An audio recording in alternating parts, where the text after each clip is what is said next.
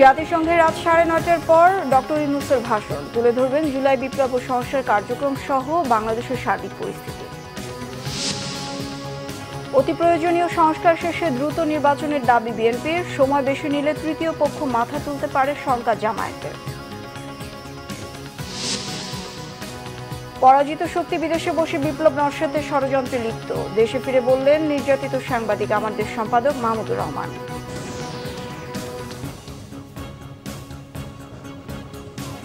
দেখছিলেন crown cement সংবাদ শিরোনাম, এবার বিস্তারিত। আজ জাতিসংঘের ৭৯তম অধিবেশনের মূল পর্বে ভাষণ দেবেন প্রফেসর ডক্টর মোহাম্মদ ইউনূস। বাংলাদেশ সময় রাত ৯:৩০ থেকে ১০টার মধ্যে তার ভাষণ দেওয়ার কথা রয়েছে। দেশের অন্তর্বর্তী সরকার প্রধান হিসেবে জাতিসংঘে ডক্টর ইউনূসের এটি প্রথম ভাষণ। জানা গেছে, ভাষণে বাংলাদেশে সম্প্রতি ঘটে যাওয়া জুলাই বিপ্লব ছাড়াও দেশের সার্বিক পরিস্থিতি ও তার সরকারের নিয়ে আগাম কর্মসূচি ও বিশ্ব পরিস্থিতি তুলে ধরবেন। এর আগে সফরের তৃতীয় দিনে যুক্তরাষ্ট্রের পররাষ্ট্রমন্ত্রী অ্যান্টনি ব্লিনকেন, জাতিসংঘ মহাসচিব অ্যান্তোনিও গুতেরেস সহ নেদারল্যান্ডের প্রধানমন্ত্রী এবং বিভিন্ন সংস্থার প্রধানদের সাথে সাক্ষাৎ করেন নোবেলজয়ী এই অর্থনীতিবিদ, বাংলাদেশের প্রধান উপদেষ্টা। বিস্তারিত জানাচ্ছেন মামুন আব্দুল্লাহ। জাতিসংঘ সফরের প্রথম দিন থেকেই ব্যস্ত শিডিউলে সময় পার করছেন বাংলাদেশের অন্তর্বর্তীকালীন সরকারের প্রধান উপদেষ্টা প্রফেসর ডক্টর মোহাম্মদ ইউনূস। তাই তো জাতিসংঘ ভবনের অদূরেই অবস্থিত ম্যানহাটনের বিলাসবহুল হায়াত গ্র্যান্ড সেন্ট্রাল নিউ ইয়র্ক হোটেলটি যেন প্রধান উপদেষ্টার মিনি কার্যালয়ে পরিণত হয়েছে। বলা যায়, তিনি এলেন এবং জয় করলেন। সফরের তৃতীয় দিন বৃহস্পতিবার ডক্টর ইউনূসের উল্লেখযোগ্য কর্মসূচির মধ্যে ছিল যুক্তরাষ্ট্রের পররাষ্ট্রমন্ত্রী অ্যান্টনি ব্লিনকেনের সাথে সাক্ষাৎ, একই সাথে দেশটির শীর্ষস্থানীয় বার্তা সংস্থা সিএনএস-এর সাথে সাক্ষাৎ। যোগ দেন ফোর্বস ম্যাগাজিন আয়োজিত ইভেন্টেও। একই সাথে এদিন যোগ দেন US Bangladesh business council and BSIU এর অনুষ্ঠানেও। এদিন জাতিসংঘ মহাসচিব অ্যান্তোনি গুতেরেস, নেদারল্যান্ডসের প্রধানমন্ত্রী ডিক স্ক্রফ, আন্তর্জাতিক অপরাধ ট্রাইব্যুনাল আইসিসির প্রসিকিউটর করিম এ খান, জাতিসংঘ রিফিউজি বিষয়ক high commissioner Filippo Grandi, US senator Dick Durbin, আইওএল-এর director general Gilbert N Houngbo, ইউএনডিপির অ্যাডমিনিস্ট্রেটর অচিম স্ট্রেইনার ছাড়াও বিশিষ্ট ব্যক্তিবর্গের সাথে নৈশভোজে যোগ দেন। অপরদিকে নিউ ইয়র্কে অন্তর্বর্তী সরকারের প্রধান উপদেষ্টার নাগরিক সংবর্ধনা অনুষ্ঠান বাতিল হওয়ায় ক্ষোভ বিরাজ করছে প্রবাসীদের মাঝে। প্রফেসর ডক্টর ইউনূস জাতিসংঘ অধিবেশনের মূল কাজটি করবেন আজ। নিউ ইয়র্ক সময় সকাল 10:30 থেকে 11টার মধ্যে মূল মঞ্চে তার ভাষণ দেওয়ার কথা রয়েছে। ভাষণে বিশ্ব পরিস্থিতির পাশাপাশি বাংলাদেশে ঘটে যাওয়া সম্প্রতি জুলাই বিপ্লব নিয়েও কথা বলবেন বলে জানা গেছে। একই সাথে তার সরকারের নেয়া রোডম্যাপও জানাতে পারেন বিশ্ববাসীকে। শুক্রবার জাতিসংঘের মূল মঞ্চে ভাষণ দেয়া ছাড়াও সাক্ষাৎ হবে মালদ্বীপের প্রেসিডেন্ট মোহাম্মদ মইজ্জুর সাথে। একই সাথে বাংলাদেশি বিনিয়োগকারীদের সাথে বৈঠক সহ অন্যান্য কর্মসূচিতে অংশ নিয়ে এদিন রাতেই দেশের উদ্দেশ্যে নিউ ইয়র্ক ত্যাগ করার কথা রয়েছে অন্তর্বর্তীকালীন সরকার প্রধান ডক্টর মোহাম্মদ ইউনূসের। মামুন আব্দুল্লাহ, বাংলা ভিশন, ঢাকা। রাজনৈতিক বিশ্লেষক ও বিএনপি নেতারা বলেছেন, সরকারের উচিত অবিলম্বে নির্বাচনের সময় নিয়ে রাজনৈতিক দলগুলোর সাথে আলোচনা এবং নির্বাচনের সময় নির্ধারণ করা। এর আগে নির্বাচন কমিশন সহ যেসব প্রতিষ্ঠান সংস্কার জরুরি সেগুলো দ্রুত শেষ করা। আরও জানাচ্ছেন জাহাঙ্গীর আকন্দ। রয়টার্সকে দেয়া সাক্ষাৎকারে 18 মাসের মধ্যে নির্বাচনের কথা বলেছেন সেনাপ্রধান জেনারেল ওয়াকারুজ্জামান। তার এমন বক্তব্যকে বেশ ইতিবাচক হিসাবে দেখছেন রাজনৈতিক বিশ্লেষক ও বিএনপি নেতারা। তারা বলছেন, সংকট উত্তরণে এবং দেশকে গণতন্ত্রে ফেরাতে সেনাপ্রধানের ভূমিকা প্রশংসনীয়। রাজনৈতিক বিশ্লেষক এবং বাংলাদেশ পাবলিক সার্ভিস কমিশন পিএসসির সাবেক সদস্য অধ্যাপক ডক্টর আশরাফুল ইসলাম চৌধুরী মনে করেন, নির্বাচন নিয়ে সরকারের পরিষ্কার বক্তব্য থাকা উচিত। আলোচনায় বসা দরকার রাজনৈতিক দলগুলোর সাথে। আমরা কিছুটা তো ধারণা করতে পারলাম যে হ্যাঁ, কবে নাগাদ বলটা গড়িয়ে গড়িয়ে একটা তার গন্তব্যে যাবে, গোলপোস্টে কবে ঢুকবে। তো আশা করছি গোলপোস্টে ওনার বক্তব্য অনুযায়ী 2025-এর শেষ নাগাদ, উনি 1-1.5 বছর বলেছেন, কিন্তু ওইটা 1-1.5 বছর বললেই যে 1-1.5 বছরের মধ্যে হবে বা তার আগে হবে না বা তার পরে যাবে না, এমন মনে করার কোনো কারণ নেই। অ্যাটলিস্ট কিছুটা ধোঁয়াশা কেটেছে। নির্বাচন কমিশন নিয়ে তো এখনও কোনো আলাপই আমি দেখি না।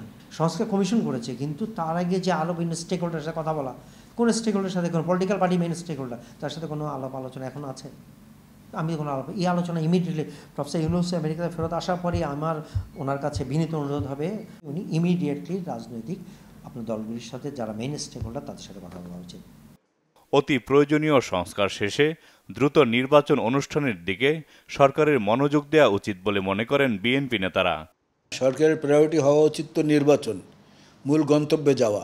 আমাদের চিন্তাটা হচ্ছে এরকম যে সরকার যদি সংস্কারগুলোর মূল প্রতিপাদ্যগুলোকে ধরে কিছু অংশ এগিয়ে নিয়ে যায়, পরবর্তী অংশের দায়িত্বটা কিন্তু নির্বাচিত সরকারের উপরে পড়ে। কারণ ওই নির্বাচিত সরকারের জবাবদিহিতাটা কিন্তু বেশি।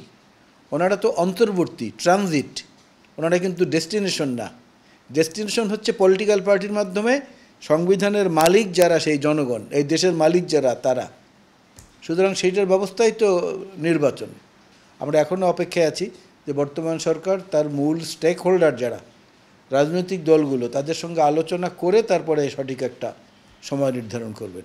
বিএনপি সরকারকে সময় দিতে চায়, একটা যৌক্তিক সময়ে নির্বাচন হওয়া উচিত বলে আমরা মনে করি। 1 বছর সময় যথেষ্ট। নির্বাচনী সংস্কার করার পর দ্রুত নির্বাচনে না গেলে দেশে বিগত ফ্যাসিস্ট সরকার নানান ধরনের ষড়যন্ত্র করছে, তারা এই সরকারকে টালমাটাল করে দিবে। জাহাঙ্গীর আকন্দ, বাংলা ভিশন, ঢাকা। সংস্কার ও নির্বাচনের জন্য বেশি সময় নিলে তৃতীয় পক্ষ মাথা তুলে দাঁড়ানোর সাহস পাবে বলে মন্তব্য করেছেন বাংলাদেশ জামায়াত ইসলামের আমির ডাক্তার শফিকুর রহমান। সকালে খুলনার আল ফারুক সোসাইটি মিলনায়তনে জেলা ও মহানগরের সম্মেলনে প্রধান অতিথির বক্তব্যে তিনি কথা বলেন। এ সময় জামায়াতের আমির বলেন, যৌক্তিক সময়ের মধ্যে সংস্কারের রোডম্যাপ ঘোষণা করতে হবে এবং নির্দিষ্ট করতে হবে নির্বাচনের রোডম্যাপও। আর সরকার কথা না শুনলে প্রতিবাদে নামবেন তারা। সে সময় কারোর সাথে আপোষ নয় বলেও জানান ডাক্তার শফিকুর রহমান। যে এই সরকারকে গুরুত্বপূর্ণ কিছু বিষয়ে সংস্কার করতে হবে, এই সংস্কারের একটা রোডম্যাপ ঘোষণা করতে হবে। কি কি বিষয়ে তারা সংস্কারে হাত দেবেন, সম্পন্ন করবেন এবং কতটুকু সময়ের জন্য তারা নেবেন। আমরা বলেছি যে সংস্কারের ব্যাপারটার উপরে নির্ভর করবে এই সময়টা কতটুকু হবে। আমরা এখনই সুনির্দিষ্ট কোনো সময় বলতে চাচ্ছি না, তবে হ্যাঁ, এটা বছরের পর বছর হওয়া উচিত নয়। তাহলে আগাছা জন্ম নেওয়ার সমূহ সম্ভাবনা রয়েছে, সমাজের শৃঙ্খলা ভেঙে পড়ার আশঙ্কা আছে। তৃতীয় পক্ষ জুলুমবাজরা আবার মাথা তুলে দাঁড়ানোর প্রয়াস চালাতে পারে।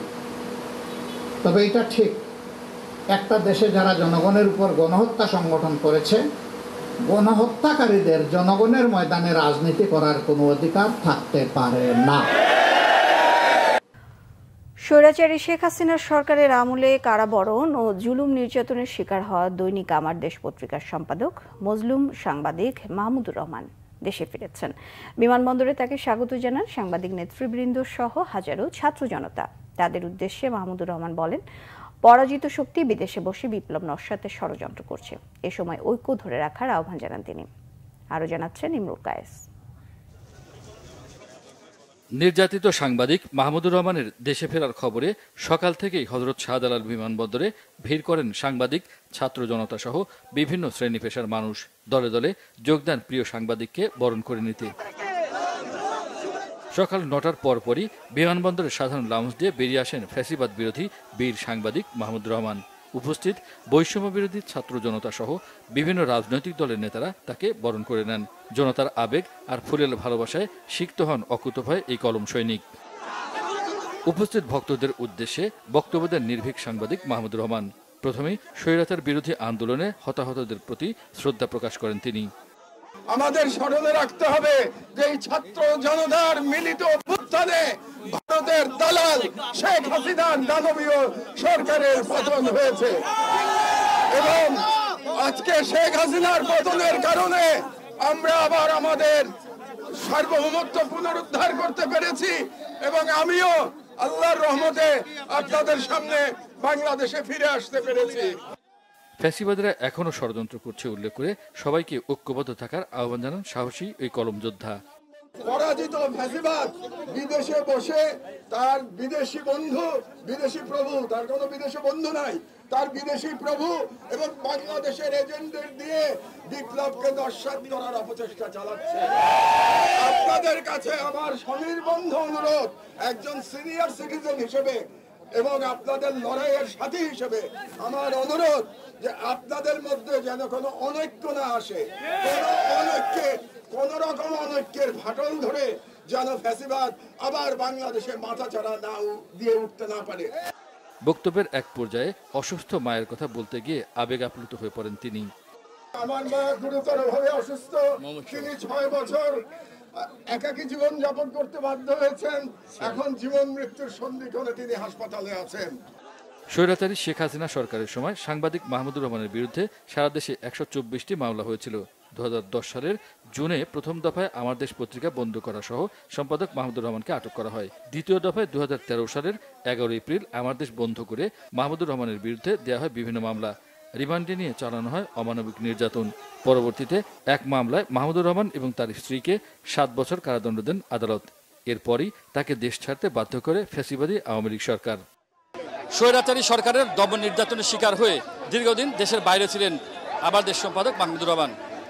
আজ তিনি দেশে ফিরে আসলেন এবং তাকে শাহজালাল আন্তর্জাতিক বিমানবন্দরে হাজার হাজার ছাত্র জনতা বরণ করে নিলেন। তিনি সবাইকে ধৈর্য ধরার কথা বলেছেন এবং বলেছেন তার বিরুদ্ধে যে মামলাগুলো আছে সেগুলো তিনি ব্যক্তিগতভাবেই মোকাবেলা করবেন। ইমরুল কায়েস, বাংলা ভিশন, ঢাকা। সারা দেশে কয়েকদিনের টানা বৃষ্টির পর তাপমাত্রা বৃদ্ধির আভাস দিয়েছে আবহাওয়া অধিদপ্তর। তবে আগামী 2-1 দিন থেমে থেমে বৃষ্টিপাতের সম্ভাবনা রয়েছে। আবহাওয়া অধিদপ্তর জানিয়েছে, বঙ্গোপসাগরে লঘুচাপ কেটে যাওয়ায় শুক্রবার থেকে দেশের বেশিরভাগ জায়গায় বৃষ্টিপাত কমে যাবে। তাপমাত্রা বাড়তে পারে 1 থেকে 3 ডিগ্রি সেলসিয়াস পর্যন্ত। ফলে আগামী কয়েকদিন গরম বেশি অনুভূত হতে পারে। সকালে রাজধানীতে সূর্যের দেখা মেলায় রাস্তায় গাড়ি চলাচল ছিল স্বাভাবিক। তবে ঢাকা সহ দেশের বিভিন্ন স্থানে থেমে থেমে বৃষ্টি হয়েছে। পরিস্থিতি স্বাভাবিক হওয়ায় নদী ও সমুদ্র বন্দরগুলো থেকে সব ধরনের সংকেত তুলে নেওয়া হয়েছে। আবহাওয়ার দীর্ঘমেয়াদী পূর্বাভাসে বলা হয়েছে, টানা কয়েকদিন তাপমাত্রা বৃদ্ধির পর আগামী মাসের শুরুতে আবারও সারা দেশে বৃষ্টিপাত বাড়তে পারে। গত 24 ঘন্টায় সর্বোচ্চ বৃষ্টিপাত হয়েছে দিনাজপুরে 197 ডিগ্রি সেলসিয়াস আর ঢাকায় 70 ডিগ্রি সেলসিয়াস। এখনো কাগজে কলমে আটকে আছে দেশের পর্যটন মহাপরিকল্পনা। শেখ হাসিনার সরকার ঢাকঢোল পিটিয়ে 29 কোটি টাকা খরচ করে মাস্টার প্ল্যান তৈরি করলেও এখনো খুঁড়িয়ে খুঁড়িয়ে চলছে পর্যটনের অগ্রগতি। শতভাগ বৈদেশিক মুদ্রা আয়ের সম্ভাবনা কাজে লাগাতে চরম ব্যর্থ ট্যুরিজম বোর্ড। এজন্য ব্যবসায়ীরা দুষছেন নতুন নীতিমালা ও মন্ত্রণালয়ের সমন্বয়হীনতাকে। এ বাস্তবতায় বাংলাদেশে আজ পালন হচ্ছে বিশ্ব পর্যটন দিবস। জিয়াউল হক সবুজের রিপোর্ট।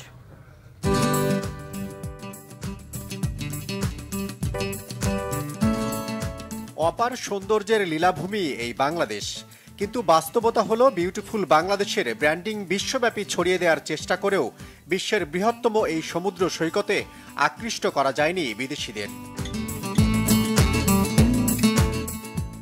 আর তাই এখানকার পর্যটন খাত এখনো নির্ভরশীল দেশীয় পর্যটকের ওপর। পর্যটন অর্থনীতিতে দক্ষিণ এশিয়ার দেশগুলো বড় দৃষ্টান্ত স্থাপনে সক্ষম হলেও কেন হোঁচট খাচ্ছে বাংলাদেশ? আমরা পিছিয়ে নেই তা নয়, কিন্তু যতটুকু এগোনোর কথা ততটুকু আমরা পেরে উঠতে পারি না। কি কারণে পেরে উঠতে পারি না? কারণ গভর্নমেন্টের কাছ থেকে এমফাসাইজ বা গভর্নমেন্ট প্রায়োরিটি দিচ্ছে না। যে জায়গায় অন্যান্য শিল্প প্রণোদনা পায় আর এই টোটো অপারেটর প্রণোদনা পাই না, আপনার উল্টা 10% AIT, উল্টা 15% ব্যাট, উল্টা 3 লক্ষ টাকা জামানত, তা পর্যটন শিল্পের সাথে অনুকূল পরিবেশে সহাবস্থান করে না।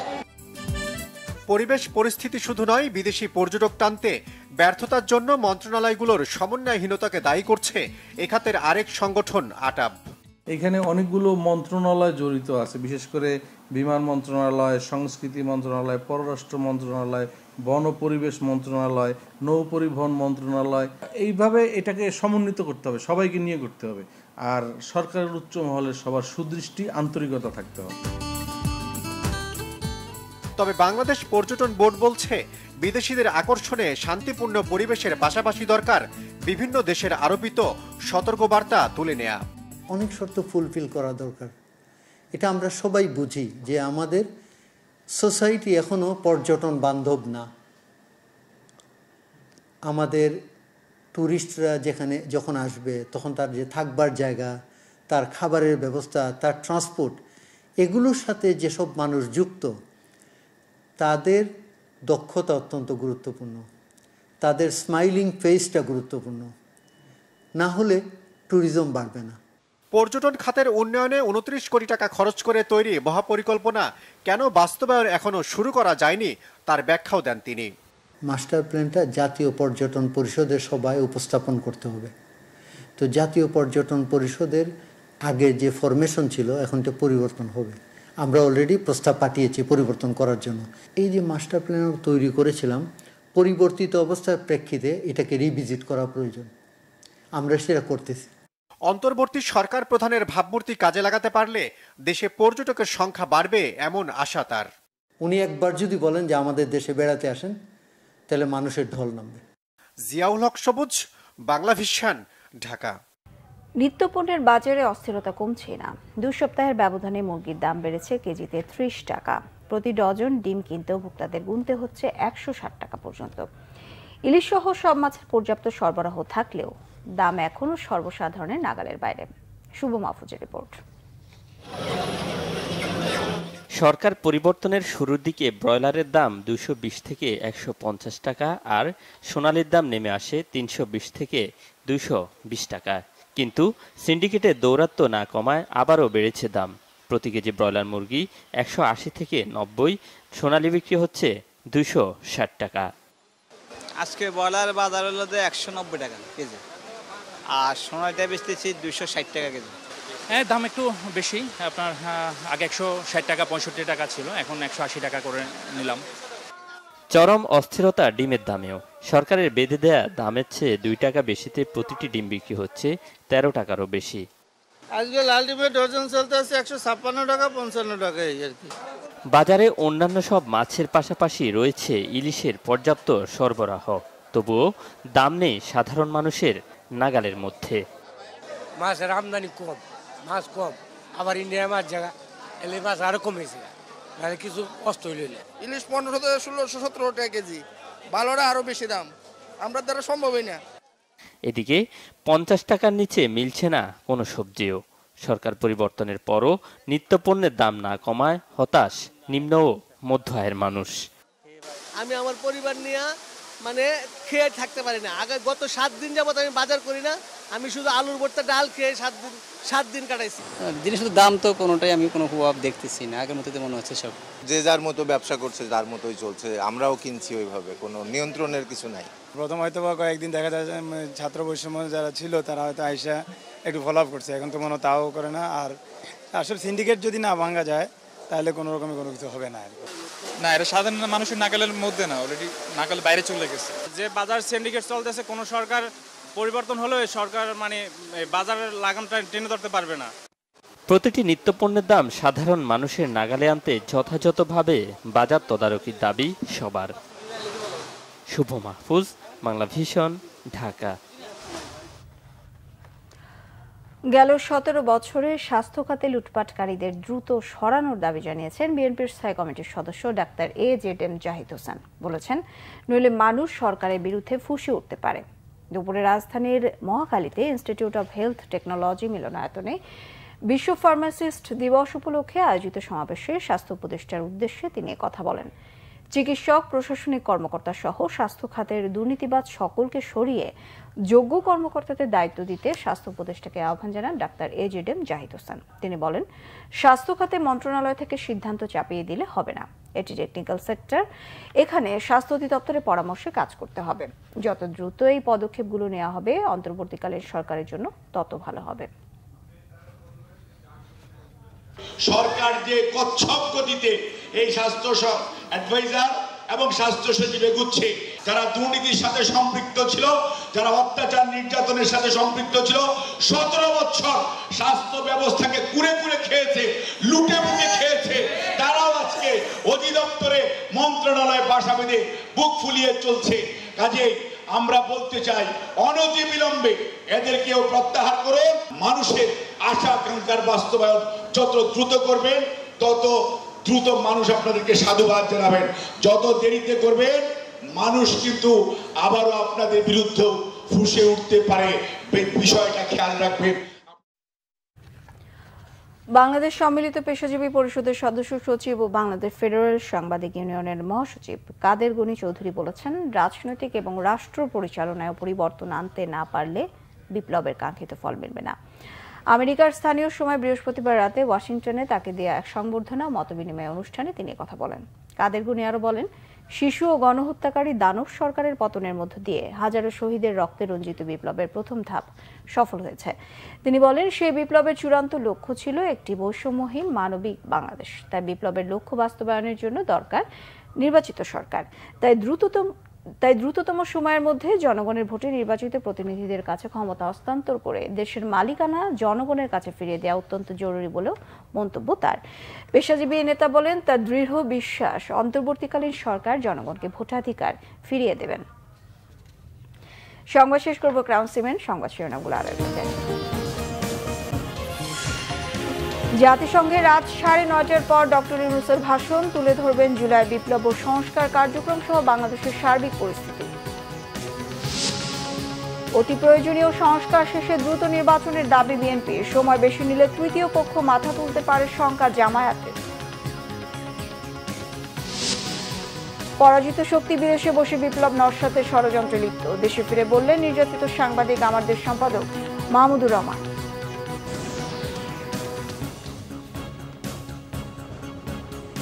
এই ছিল এখনকার মতো। পরের সংবাদ বিকেল 4টায়, 3টায় রয়েছে নিউজ টপ 10। দেখার আমন্ত্রণ রইল। এছাড়া বাংলাভিশন সংবাদ ও সংবাদ সংশ্লিষ্ট অনুষ্ঠান দেখতে ভিজিট করুন www.bbnews24.com ও facebook.com/বাংলাভিশন নিউজ। সাবস্ক্রাইব করুন youtube.com/বাংলাভিশন নিউজ। সঙ্গে থাকায় ধন্যবাদ সবাইকে।